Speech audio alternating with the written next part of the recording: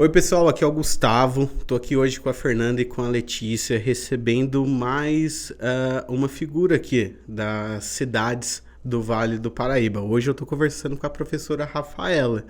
A Rafaela é historiadora, mais uma intérprete das histórias aqui do fundo do Vale, e hoje veio trocar uma ideia com a gente. Tudo bem, Rafaela?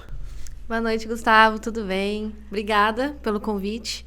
Obrigada por receber a gente aqui no espaço, porque é sempre importante falar sobre cultura e falar sobre a história, né? Com certeza. A Rafaela, o último episódio que nós gravamos foi com o Diego Amaro. E ele comentou sobre a Rafaela, tem boas referências aí sobre você. Ele falou, olha, é alguém que vai vir aqui para contar ainda mais histórias do Vale. Então hoje a Rafaela está aqui conosco para falar de história, falar de educação, falar de um projeto, um livro que está para ser lançado. Quero entender melhor, eu vi um pouquinho ali no Instagram, mas você fica com a vontade de conversar tudo isso com a gente. Eu queria começar pela educação. Nós temos isso de trazer muitos professores aqui para conversar com a gente. E esperamos sempre estar trazendo mais professores. E eu queria que você falasse um pouco sobre como isso entrou na sua vida, sobre a profissão, sobre as suas experiências, sobre a jornada dentro da educação até agora. Ah, tá aí um assunto que o professor gosta de falar, né? É. Sobre educação. Bom, na verdade, quando eu era criança, eu queria ser arqueóloga, queria ser Indiana Jones. Aí, logo lá na graduação, comecei a fazer estágio, comecei a lecionar, e eu falei, nossa, é muito bom ser professora. Então, assim, eu sou muito apaixonada pelo que eu faço, eu gosto muito de dar aula. Eu me encontro mesmo na sala de aula, eu me encontrei, inclusive, em escola pública. Hoje a bandeira que eu levanto é em defesa da educação pública. Eu comecei minha carreira, na verdade, em 2000, vai fazer 10 anos já. Tô ficando velho. Ah, não tem. Mas, mas em 2012 eu comecei a dar aula e eu fiquei atuando durante uns 5 anos em cursinho militar. Então eu dava aula para preparatório para a polícia militar e para o exército, né, que cai em história. E aí eu fui trabalhando nessa área, dei aula em alguns colégios particulares também, mas quando eu prestei o concurso e aí o Estado me chamou, eu comecei a lecionar na escola pública, eu me encontrei ali, sabe? Como se eu tivesse encontrado o meu lugar, porque primeiro que eu fui chamada em 2017 pelo concurso. Aqui em Guará mesmo? É do Estado, né? Então eu tinha 2 opções para escolher, ou Cruzeiro ou Areias. E aí começa até um pouco da narrativa da minha história com o livro. E em 2017, fazia 6 meses que eu tinha começado meu mestrado. Eu fiz o mestrado na área de... Eu sou tão apaixonada pelo ensino de história que eu fiz o mestrado na área de ensino de história na Unifesp, né, na Federal de São Paulo, que na verdade fica em Guarulhos. Então, eu estava numa viagem doida, assim. Eu morava em Guará, dava aula no cursinho militar aqui à noite e estudava em Guarulhos, né? É meio a vida de professor mesmo, nessa eu correria vivia sempre. na estrada. E aí me chamaram, eu tinha 2 opções, Cruzeiros ou Areias. E como eu estava na pesquisando o Vale do Paraíba, mas eu ainda não tinha um objeto muito concreto sobre o que eu iria pesquisar. Eu sabia que tinha que ser o Vale. E aí eu falei, bom, já que eu tenho a oportunidade de escolher, eu vou escolher a cidade de Areias. Porque eu já tinha uma curiosidade. Porque eu acho que historiador e professor também, para a gente falar de história e de educação, a gente tem que falar de curiosidade. A gente tem que ser curioso. Porque quando a gente é curioso, a gente consegue passar um pouco dessa curiosidade para o aluno. Aí ele aprende. Eu acho que esse é o segredo. E aí eu fui para Areias, fiquei morando 3 anos lá, né, lecionando lá. Foi a primeira escola que eu comecei na rede pública. E aí eu voltei para cá, para Guará, no meio da pandemia. Consegui uma vaga numa escola do lado da minha casa, praticamente, que é o Éboli, né? A escola José Pereira Éboli, que hoje é uma escola integral, que é bem legal, é uma escola que eu estou me realizando, que tem muitos projetos maravilhosos que a gente consegue fazer lá, tem uma equipe muito boa. É legal saber dessa nova fase do Éboli. Eu estudei lá, formei no Éboli em 2008. Eu imagino que deva estar totalmente diferente do que era lá atrás. E legal que aquela região ali merece, né? O pessoal ali do Jardim do Vale, do Parque do Sol, ali do Beira Rio, né? Merece uma educação legal, de qualidade e professores profissionais que aguçam também essa curiosidade do que você está falando, né? Sim. Ali a escola fica do lado da FATEC, né? Então já é um lugar que é interessante para os alunos, do lado de uma faculdade como a FATEC. E é um prédio, né? Uma estrutura muito boa. Então a gente está conseguindo trabalhar bem legal ali. Que legal. E aí você começou pela educação, né, pela educação pública no Éboli, né? E por Não, quê? lá em Areias. Lá em Areias, Lá em Areias. certo. Na escola Barão da Bocaina. Barão da Bocaina. E o que Areias te encantou tanto? Qual que foi a curiosidade que levou você até Areias? Ai, Gustavo, eu sou muito apaixonada por Areias. Eu acho uma cidade extremamente romântica. Eu acho uma cidade melancólica. Que, sabe, aquelas construções antigas, aqueles prédios antigos. É um lugar que fica no meio da Serra da Bocaina. Então, todo lugar que você olha, você vê a Bocaina, né? Então, eu morei primeiro lá no centro da cidade e depois eu me mudei para onde eu queria, que era no meio do mato. Então, eu tive essa experiência de morar no meio do mato. Eu venho de uma família caipira, Gustavo. Então, eu venho da roça, eu venho do mato. Eu nunca morei aqui em Guará na roça, mas minha família toda mora, né, é da roça. E aí eu tive essa oportunidade de pesquisar sobre a cultura caipira, morando no mato, lá em Areias, lá na Serra da Bocaina, lá numa região, né, que a gente chama de Vale Histórico, que é uma região onde essa cultura caipira ainda está lá. E é legal pensar na cultura caipira até da riqueza de como ela foi formada, né? Os povos, quais os elementos que vieram a trazer, a formar a cultura caipira. E a gente sabe que tem um pouco de cada parte do mundo ali, né? Essa miscigenação é bem legal, que traz uma coisa uma identidade bem única, né, da cultura. Sim. A formação do Brasil, não tem como falar de formação do Brasil sem falar de cultura caipira, né? E vice-versa. Não tem como falar sobre cultura caipira sem falar sobre a cultura indígena. Porque nós viemos, né, nós caipira viemos da cultura indígena. Temos aí muitas contribuições à cultura afro, né? E além dos portugueses, claro. Mas essa miscigenação está aqui. Nós fazemos parte disso. Durante um bom tempo no Brasil, inclusive, eles tentaram pegar o caipira, né, depois dos indígenas, como o principal protagonista, figura nacional, né? Quando falava quem é a figura nacional brasileira, se falava do caipira. Né? Interessante. Tem muita história, muita coisa e é muita influência, né? A gente observa até algumas coisas, por exemplo, na religião, como os africanos influenciaram na religião, né? Até os indígenas, os nomes, né? Guaratinguetá e tudo mais. Então tá tudo muito aqui, né? Muito na história do Vale. Tudo isso é muito rico pra gente observar, estudar, entender. E é meio uma das nossas bandeiras aqui, é trazer e falar sobre essas histórias, né? O Diego, na última vez que esteve aqui, ele falou o nome de algumas figuras, ele falou um pouco sobre a Maria Augusta, né? Contou a história da Maria Augusta aqui pra gente, falou sobre outras mulheres da região de presença, de até uma coisa que já antigamente fugia do padrão, né? Quebrando alguns paradigmas. E o Diego até falou, nossa, quando a Rafaela vier aqui, ela vai saber falar ainda mais sobre tudo isso, né? E a gente tá tendo a oportunidade, não é mesmo? Eu acho que falar sobre o Vale, por isso que esse trabalho que vocês estão fazendo aqui é bem bonito, é bem importante, porque falar sobre o Vale é a gente despertar a identidade. As pessoas, elas têm a identidade, sabe, Gustavo? Só que muitas vezes elas não sabem se identificar com essa identidade cultural. Porque a gente vive no meio da globalização, no mundo globalizado. E aí a gente tem um processo dialético dessa globalização. Porque ao mesmo tempo que a globalização, ela tenta de alguma forma massificar as identidades culturais, né, onde todo mundo parece que está todo mundo igual, né, porque tem essa massificação mesmo de uma cultura, de uma identidade, mas por outro lado, ela também desperta no indivíduo, no sujeito, uma necessidade de reconhecer o seu quintal, sabe? De entender reconhecer a sua raiz. História, sim, verdade. É muito importante, então, tá falando disso, né? Eu sei que é uma coisa que eu já falei muito quando o Diego estava aqui, e agora com você também, naturalizar cada vez mais as histórias, né? O que a gente tem aqui para mostrar.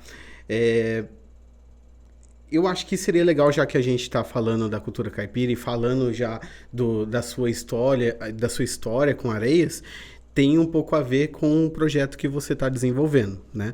É Os Caminhos de Oblivion, é isso? Pelos Caminhos de Oblivion. Pelos Caminhos de Oblivion. Eu confesso que eu entendo pouco sobre o projeto, não tive muitas informações, mas é a oportunidade de você falar sobre. Da onde que veio esse projeto, o que você propõe a falar ali, e sai em fevereiro, é isso? Isso, a gente vai fazer o lançamento do livro em fevereiro.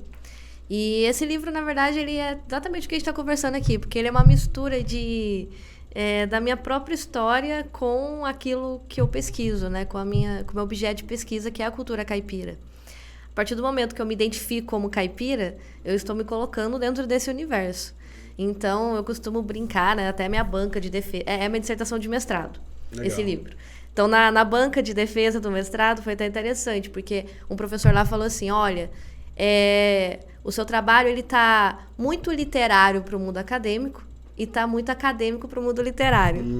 Então, assim, eu tentei, de alguma forma, na escrita, né, do livro, tentar deixar um pouco no meio termo mesmo. Porque a leitura acadêmica, normalmente, é uma leitura meio pesada, né, meio chata. As pessoas não gostam de ler.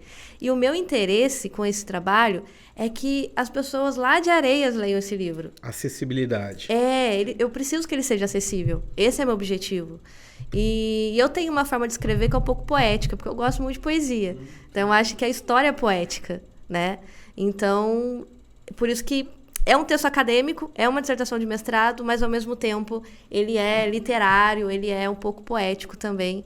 E tem, sim, um lado romântico da minha parte quando eu falo sobre a cultura caipira. Porque eu sou, né? Me identifico com ela. Beleza, que legal. E quais... dentro da cultura caipira, eu imagino que tem música, dança, histórias, né? Contos e aí por diante. No livro você vai abordando esses temas, como funciona? Como é que você criou esse projeto? Como é que era o escopo de tudo isso? Então, primeiramente, era pesquisar o Vale do Paraíba, né? A nossa região. E fazendo uma análise historiográfica. Eu me deparei com algumas pesquisas acadêmicas que já existiam, né, que afirmavam até, pesquisa da década de 60, 70, que chegaram a afirmar que a cultura caipira estava fadada ao desaparecimento, que ela ia acabar por conta da globalização. Sim. E aí eu me encontrei num problema ali, né, numa situação difícil, porque ao mesmo tempo que eu queria pesquisar a cultura caipira, eu só estava encontrando autores que falavam que ela ia acabar, ou que ela não existia mais. Só que eu não concordava com isso. E por um motivo, Gustavo. Embora eu tenha essa minha vertente, meu pezinho lá no mundo acadêmico, eu tenho algumas críticas com relação ao mundo acadêmico. Porque é complicado um acadêmico que está lá na sala dele, na universidade, apontar o dedo e falar, olha, não existe mais cultura caipira porque nós temos globalização, então ela acabou.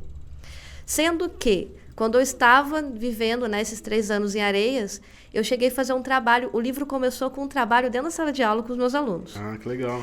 E aí a gente começou a fazer entrevistas, trabalhando com a história oral.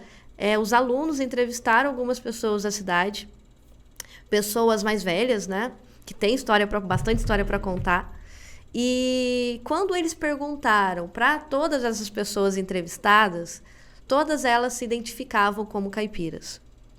E aí eu fui tentar investigar, mas o que é ser caipira para essas pessoas?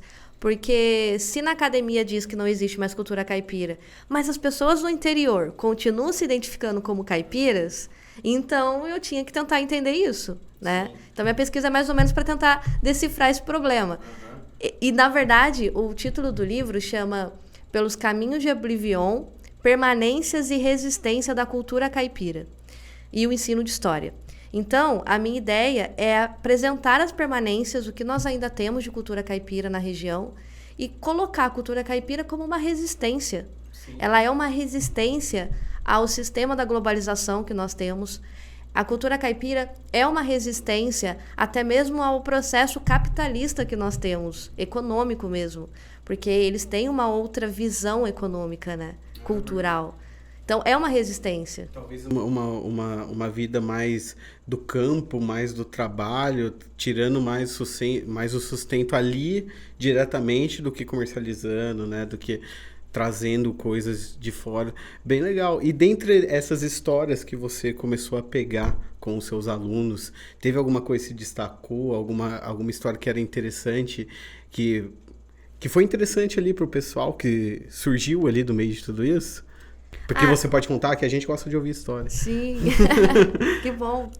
Então, Monteiro Lobato, né? Não tem como falar sobre o caipira sem falar do Jeca Tatu. Sim. Né? Ele que criou esse estereótipo em cima do caipira, do Jeca Tatu.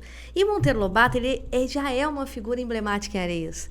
Porque ele morou em Areias, né? Ele viveu em Areias. Foi lá, inclusive, que ele escreveu o livro dele, Cidades Mortas, onde ele relata, né, as cidades do Vale do Paraíba após o auge da economia cafeeira.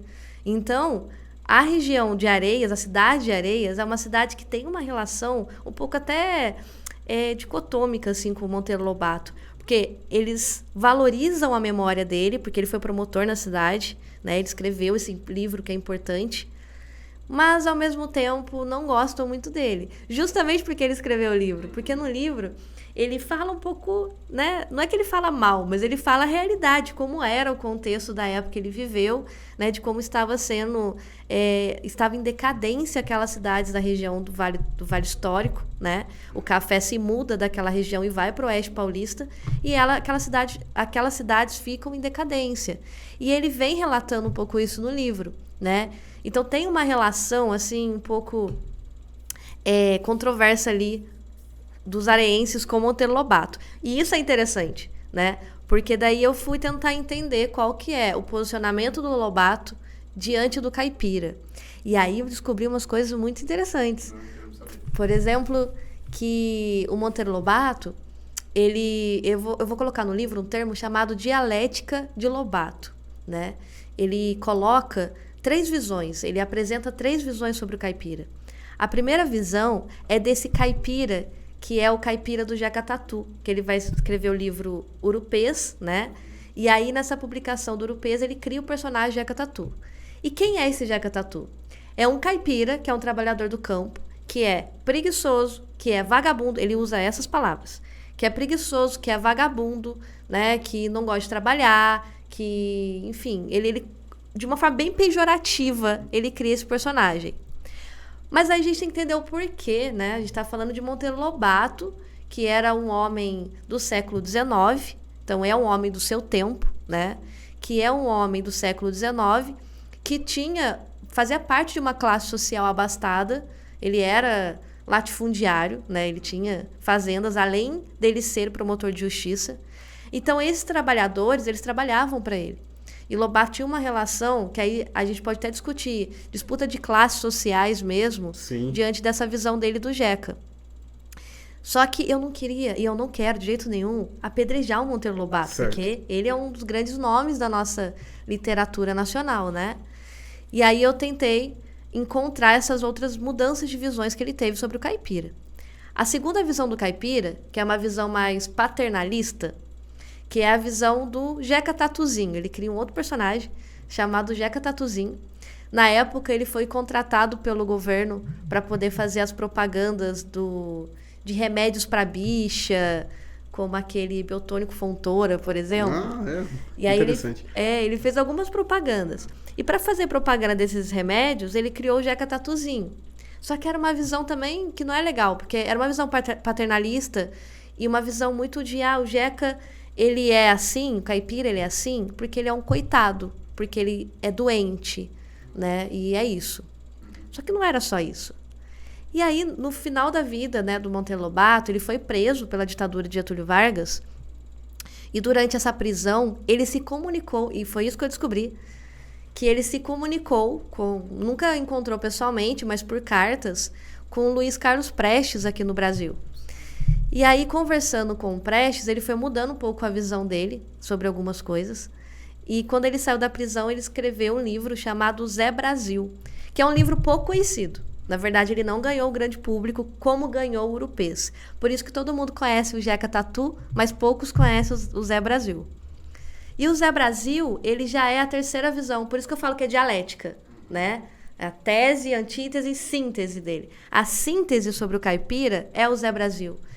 E literalmente, nos prefácios do livro dele, nas novas edições do Urupês, ele vai escrever, literalmente, pedindo perdão pro caipira.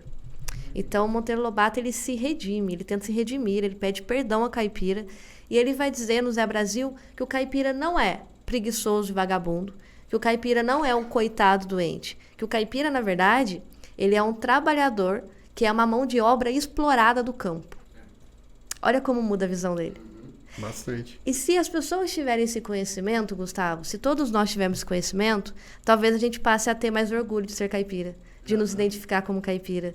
E não ser apenas aquela coisa caricata de que caipira fala errado, caipira é aquele que fala errado, né? Caipira é aquele que mora na roça ou que se veste, né, de um jeito diferente. Do mato isolado. Na verdade, não. Olha só, eu não tô de xadrez. Eu acho que eu tenho um sotaque caipira, graças a Deus, mas mas eu sou caipira. As pessoas podem me olhar e falar assim, você não é caipira. Não, eu me identifico como caipira. Nossa, que legal. É novidade. Até ouvir falar... todo mundo, claro, conhece, né, o Zeca Tatu, né? E agora ter essa nova visão é bem interessante mesmo, da maneira como você está falando. Você falou que tem muito de poesia no seu trabalho. E aí, as referências poéticas aqui do Vale, quem são para você? Então, no livro não tem poesia mesmo, assim, mas a forma da escrita é poética, sabe? Tentei trazer isso para aproximar mesmo do público a escrita, né? Tem uma poesia, para não mentir, que é uma poesia da minha autoria, que eu escrevi pensando na dedicatória do livro, que eu dedico para minha mãe, para minha avó. E aí eu escrevi uma poesia sobre as mulheres caipiras, né? Se puder, eu leio. Ah, claro, fica à vontade. E você falando de mulheres, eu lembro que eu dei uma olhadinha no seu Instagram e você falando do projeto, que é um projeto feito por mulheres, né? Um time de mulheres produzindo um livro. É interessante ver um time fechado de mulheres num projeto, né? Geralmente é totalmente o contrário, né? São só homens produzindo. E é uma coisa que o Diego falou também, né? É legal ter mulheres falando de história, trazendo o seu ponto. E por isso que ele valorizou tanto a sua presença aqui também, né? Mas leia pra gente, então.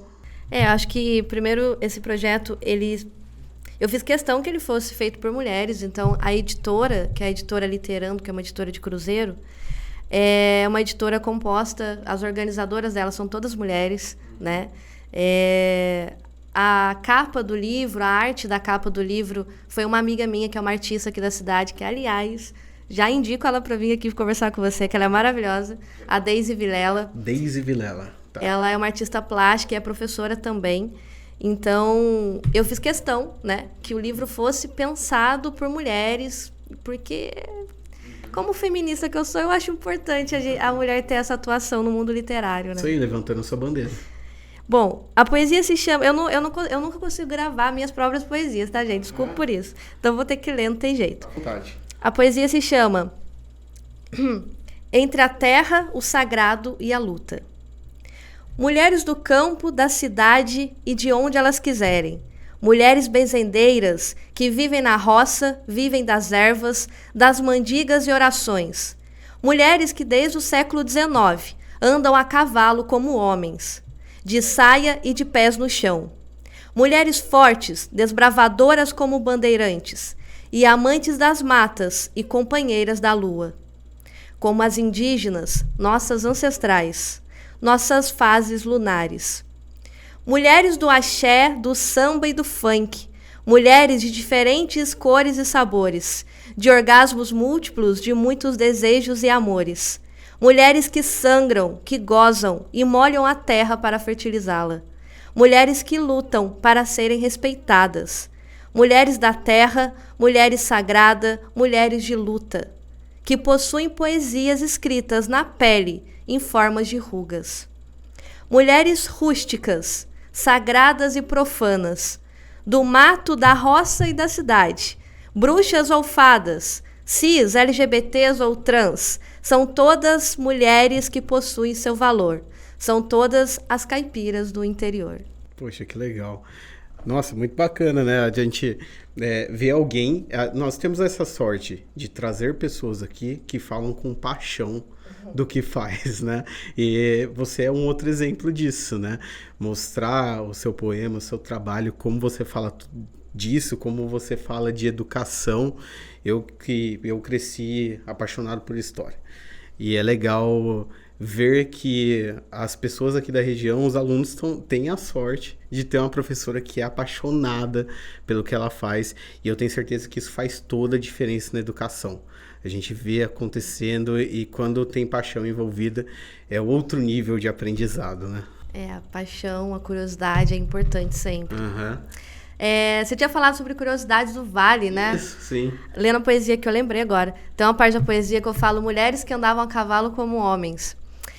Recentemente, esse ano, eu participei de um documentário feito aqui na Prefeitura de Guará pela Lei Aldir Blanc, sabe? Sim. Foi um documentário, não sei se você chegou a ver, que chama Doce Café. É um documentário muito importante. Tá no seu canal do YouTube? Tá no canal da Prefeitura. Da Prefeitura, da Prefeitura. Da Cultura da Prefeitura. E assim, é um vídeo que foi organizado, né, pela Patrícia Guia, que é uma psicóloga, e é atriz. Então ela organizou isso, né? Um tempo atrás na minha vida eu fazia teatro com esse pessoal, então eles me convidaram, mas como historiadora. Então o meu papel foi ir nos arquivos da cidade para levantar curiosidades sobre Guará, para a gente poder, né, levar para esse documentário chamado Doce Café, porque ele trata sobre o século XIX.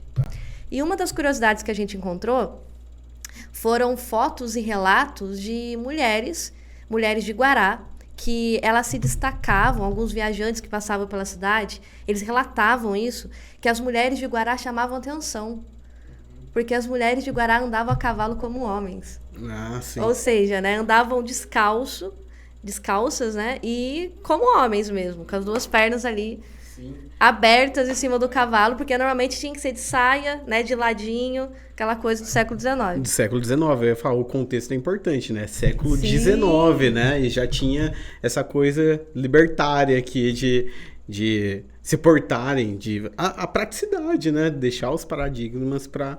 Guará sempre foi uma vanguarda, né? Guará sempre foi, sempre parece que esteve à frente do tempo. Quando a gente estuda a história do nosso país, relacionando com a nossa cidade, ela sempre tem personagens, figuras, né? Como o Diego estava aqui falando da Maria Augusta, ela foi muito feminista para a época, de largar o casamento, pedir divórcio. Ninguém pediu divórcio na época, embora, né?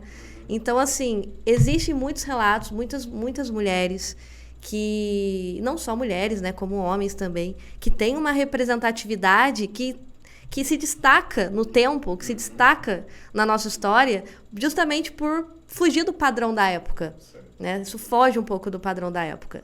Então, estudar Guará, estudar nossa região do Vale do Paraíba, é estudar a história do Brasil. Que legal. E você que está acompanhando a gente, não só a Rafaela como historiadora, você vê aqui, mas também o Felipe, o Diego. Então, tem outros vídeos aí no nosso canal para você acompanhar e para você ir conhecendo um pouquinho de cada uma das histórias pelos nossos intérpretes diferentes aqui. Então, acompanhe os outros vídeos aí do canal. Recomendo muito do Felipe e o do Diego aí, para você entender mais da história de Guará e da nossa região. Falando dos últimos episódios, o Diego esteve aqui falando do trabalho que ele construiu sobre a Maria Joaquina e de como você contribuiu dentro dos estudos, da pesquisa, como foi trabalhar e conhecer a história da Maria Joaquina com o Diego. Então, pensa que eu era uma aluna de graduação que estava tentando entender e conhecendo esse mundo de pesquisa, né? Porque eu fazia licenciatura, então minha formação era mais voltada para ser professora, né? Para sala de aula. E aí o Diego me apresentou como professor, ele foi meu professor na faculdade, ele me apresentou esse mundo acadêmico de pesquisa. Então foram muitas viagens até Bananal para tentar, né, a gente ia na fazenda e na casa da Maria Joaquina e conhecer um pouco mais da história dessa mulher. Legal, é aberto a visitação ou não? A fazenda que era dela é um hotel hoje. Então você pode ir lá, almoçar, passar o final de semana, é maravilhoso o Tem lugar. no Booking, Letícia, vamos pesquisar, não é mesmo? Olha, tem... Você já viu? Olha que legal. Então tem lá a parte da história viva lá, até para você se hospedar lá, né? Isso. Nossa, imagino que deve ser uma viagem bem bacana de fazer, né? O Diego, você, de novo, falando do Diego, tem muito Diego nesse episódio aqui, né? Ele falando de como ele percebeu que você gostou da história, que você seria essa pesquisadora e tal. E é bem interessante ele falando dessa... Ver nele também isso do professor trazendo, levando esse interesse, né? Te aguçando a curiosidade ali na formação também, né?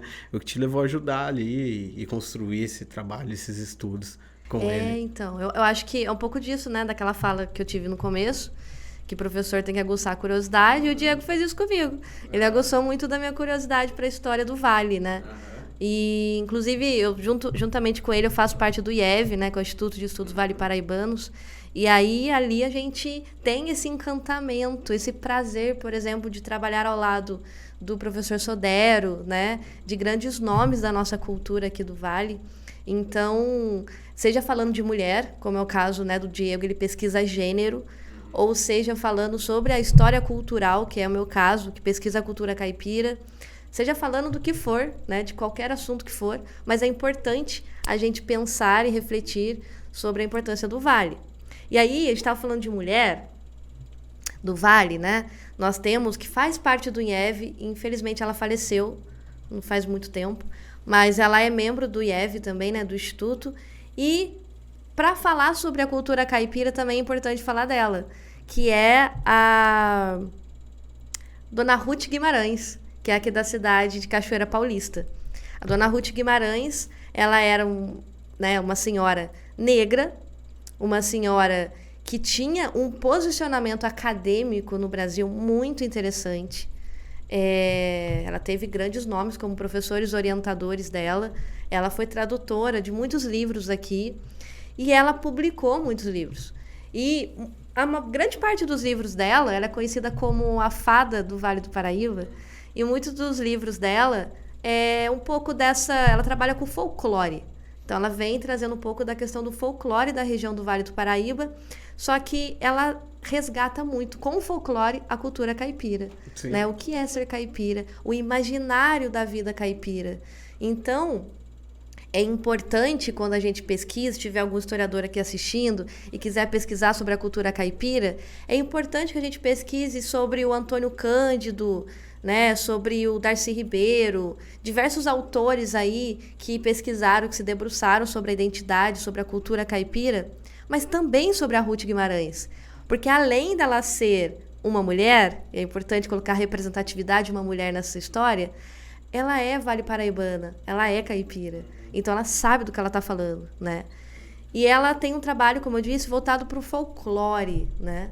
Mas aí, uma pergunta que muitos me fazem, Gustavo, quando eu vou falar sobre minha pesquisa em alguns lugares, inclusive, isso é muito interessante, abrindo um parênteses aqui, eu já fui fazer algumas palestras, né, em algumas faculdades, em alguns lugares, e claro, eu aprendi muito, eu cresci muito com cada um desses lugares por onde eu passei.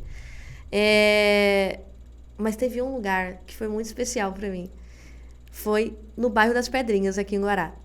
Tem um projeto cultural lá, né, um evento cultural lá, que se chama Sertão Caipira. É um trocadilho com a palavra mesmo, Sertão Caipira. E aí lá tem palestras, tem apresentações musicais, várias coisas interessantes, que uma artista aqui da cidade que organiza, que leva tudo. E eu gostei muito porque lá eu estava falando para os caipiras, Gustavo. É diferente quando você fala sobre o caipira para o caipira.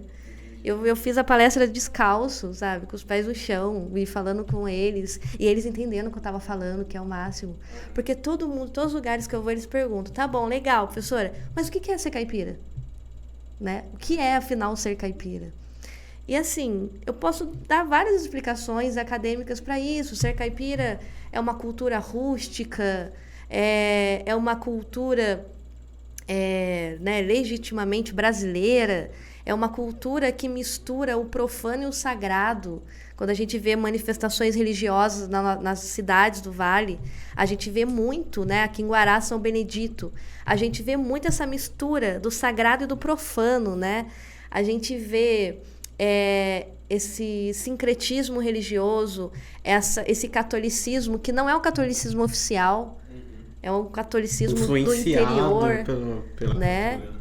Então, assim, tem vários aspectos que a gente pode pensar a cultura caipira no sentido econômico, como uma resistência ao capitalismo, porque a cultura caipira, os caipiras, assim, eles têm uma ideia econômica que não é de produção a larga escala, que não é a ideia lógica do capitalismo, né? Então, eles fogem um pouquinho dessa lógica e é por isso que eles podem ser colocados como um processo de resistência.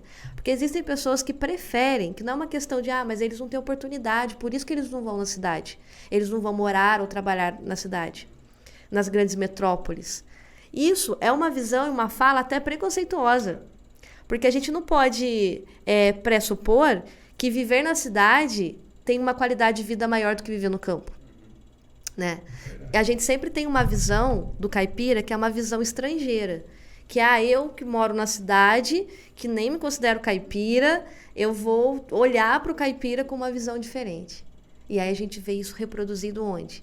Nas festinhas de festa junina nas escolas, Gustavo. São estereotipadas. Meu Deus, pega lá as criancinhas, coloca roupa xadrez em todo mundo, roupinhas rasgadas, né? Pinta o dente de preto, porque, né? Ser caipira é ter dente podre. Então, é uma forma que a escola, ela infelizmente, ela reproduz, reafirma isso, ela reafirma a identidade do Jeca Tatu, criado por Monteiro Lobato, que é uma identidade pejorativa. Aqui em Guará, eu fiz um trabalho em Areias, começou em Areias, depois eu vim em Guará e esse ano a gente ia acabar de voltar da pandemia com os alunos, ainda estava híbrido o ensino, tinha aluno em casa, aluno na escola, estava uma confusão. E a gente fez um projeto muito bonito aqui no Éboli, que foi um projeto que a gente chamou de Arraial do Éboli. Só que foi um projeto muito rico, porque foi um projeto de pesquisa. A gente conseguiu organizar todos os professores de todas as áreas da escola. Todos eles trabalharam com os alunos, por exemplo, os professores da área de ciência, eles trabalharam com os alunos a bioconstrução. Porque falar de cultura caipira é falar sobre bioconstrução. É amassar o barro com os pés para construir uma casa de forma comunitária, é cultura caipira, né? Na literatura, os professores falaram sobre Monteiro Lobato. Nós, da área de humanas, nós falamos sobre essa contextualização e essa formação da identidade do caipira. Trabalho interdisciplinar que juntou todas as matérias. Isso, bem interdisciplinar. E aconteceu live também, a gente fez na escola, rolou live, então quem estava em casa podia acompanhar. E depois desse trabalho foi produzido um material muito rico pelo professor da sala de leitura da escola, onde tem lá um compilato assim, de várias obras, filmes, livros, entrevistas, documentários, muitos materiais, obras de arte, né, como o do Almeida Júnior, que foi um pintor no século XIX, que fez uns quadros maravilhosos, todos eles com a temática sobre o caipira, né? Então, ele tem muitas obras sobre o caipira. Então, assim, é um material... Porque dentro do meu livro, eu trabalho com um conceito chamado cultura de história. E o que seria essa cultura de história? É você identificar, é aproximar o historiador do seu meio social. É você identificar uma história acadêmica com uma história popular, com uma história pública. Então, por exemplo, o que se tem academicamente sobre o caipira e o que se tem publicamente sobre o caipira. Então, quando a gente trabalha com o conceito de cultura de história, a gente tenta unir isso. Sim. E nesse material que a escola produziu, que os alunos produziram, que todo mundo da escola, a comunidade escolar produziu, foi um material para compartilhar com outras escolas, com outras pessoas, para que eles possam ter acesso a materiais, a conteúdos que de fato revelem o que é a cultura caipira e não reforcem uma identidade pejorativa, sabe?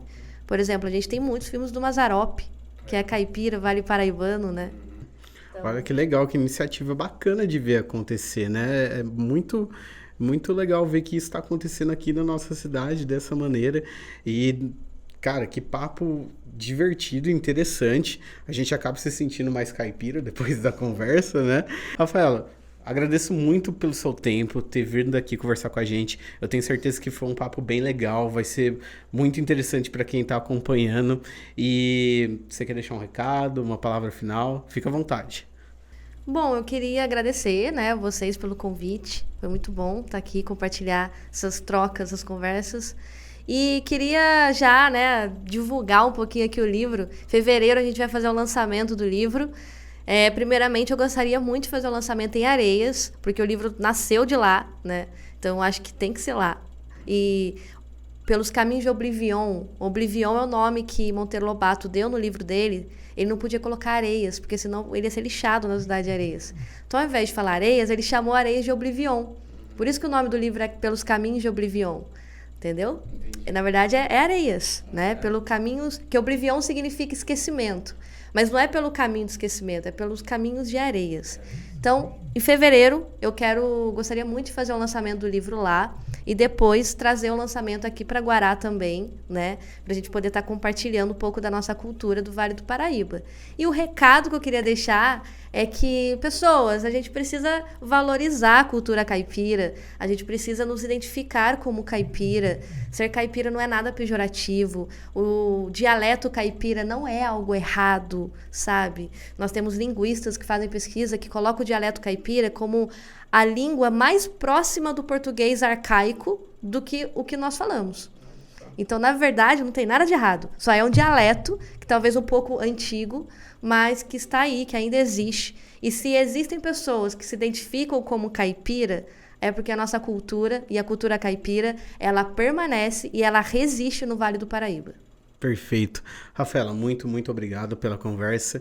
Pessoal, acompanhem os nossos cortes, deixe um like, o comentário. Se você é aluno da Rafaela, quer deixar um recado aqui para ela, coloca aqui nos comentários que eu tenho certeza que ela vai dar uma olhadinha lá depois, tá? Então até a próxima e muito obrigado. Tchau. Tchau, tchau.